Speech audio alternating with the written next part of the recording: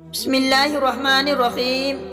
ابو موسیٰ اشعری عبداللہ بن قیس رضی اللہ تعالی عنہ سے یہ روایت نقل کی گئی ہے۔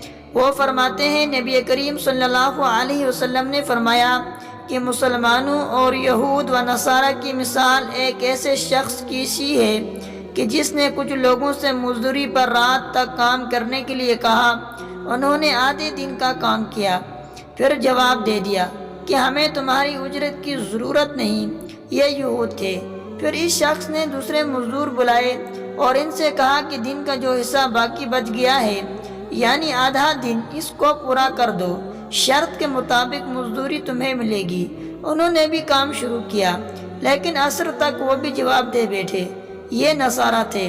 پس اس تیسرے گروہ نے، جو اہل اسلام ہیں، پہلے دو گروہوں کے کام کرنے کی پوری مزدوری لے لی۔